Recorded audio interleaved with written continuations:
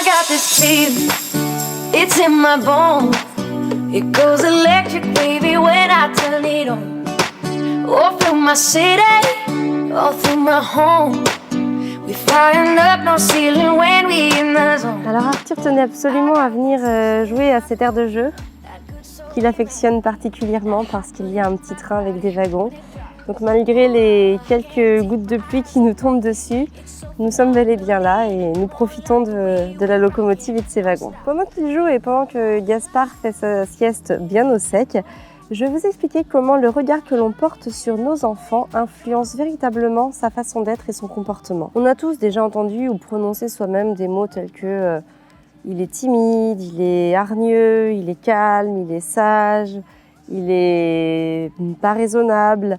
Bref, des mots qui caractérisent le comportement que l'on veut attribuer à l'enfant. Alors parfois, on va dire cela juste parce qu'on est en société et qu'on veut justifier un comportement et en gros se dédouaner, dire « Ah non, c'est pas de ma faute, mon enfant fait régulièrement des crises par exemple ». Il s'agit vraiment d'une critique non constructive. Et ça peut vraiment être blessant parce que tous ces a priori qui sont gênants peuvent influencer au final le comportement réel de l'enfant. Si tu as déjà entendu ça de toi, tu as sûrement ressenti de la peine. Moi, ça m'est déjà arrivé, évidemment, que des gens ne m'aiment pas ou ne m'apprécient pas, n'aiment pas être avec moi, n'aiment pas ma façon d'être, n'aiment pas mon comportement.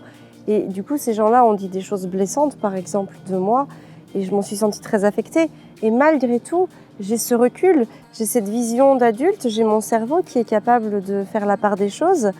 Lui, l'enfant, il reçoit vraiment du coup tout cela de plein fouet. Parce que nous, en tant qu'adultes, on sait qu'on ne peut pas être apprécié, on sait qu'on ne peut pas être aimé de tout le monde. Personne ne fait jamais l'unanimité. Mais les enfants, eux, ils n'ont pas cette faculté de savoir ça. Ils n'ont pas cette faculté de faire la part des choses. Et le gros risque, c'est qu'ils finissent par être ce que l'on a dit d'eux, qu'ils finissent par le devenir réellement. Alors le truc, c'est que nos émotions sont vraiment contagieuses. C'est-à-dire que tout ce que l'on va dire verbalement et tout ce que l'on va exprimer par le corps, de façon corporelle, ça va venir en fait influencer les personnes qui sont autour de nous. Et donc, sans s'en rendre compte, on est parfois acteur dans certaines crises de nos enfants parce que notre comportement influence tout simplement les réactions qu'il va avoir. Il y a un truc qui est très très marqué, c'est « je te l'avais dit ». De dire ça à l'enfant, c'est vraiment le prendre pour un incapable qui a tenté quelque chose, mais comme on l'avait prévu, a raté. C'est vraiment le mettre dans une situation d'échec, un échec connu d'avance.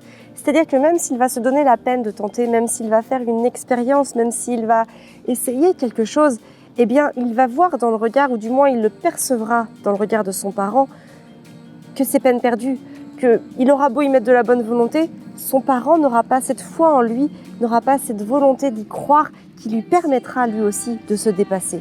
Forcément, d'entendre ça, l'enfant, il ne va pas être dans un état très joyeux, très content. La seule chose que l'on peut faire par ce comportement-là, c'est d'entraîner une crise. Alors que les enfants sont bons par nature. Ce sont des êtres ordonnés, des êtres gentils, des êtres aimants. La nature leur a donné les clés en main pour partir à la découverte de leur monde, à la découverte de ce qui les entoure. Ils cherchent juste à comprendre le fonctionnement des choses.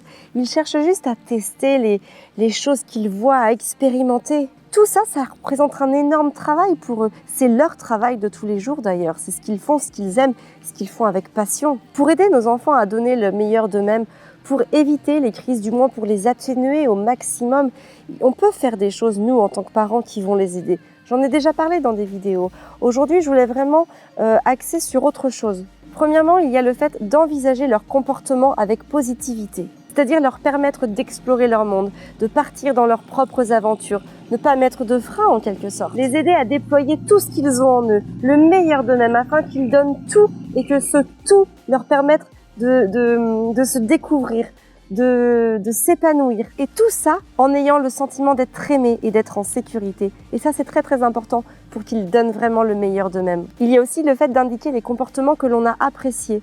Chez nous, c'est quelque chose que l'on fait quasiment de manière systématique à présent. Vous voyez, par exemple, quand j'endors Gaspard, je suis donc dans la chambre avec Gaspard et Arthur, en fait, veut venir. Le problème, c'est que quand Arthur vient, il a tendance à faire du bruit et puis, du coup, Gaspard n'arrive plus à se laisser aller, il est focalisé sur Arthur. Donc, avec Fabien, on essaye vraiment de faire en sorte que Arthur me laisse seul avec Gaspard au moment où je l'endors.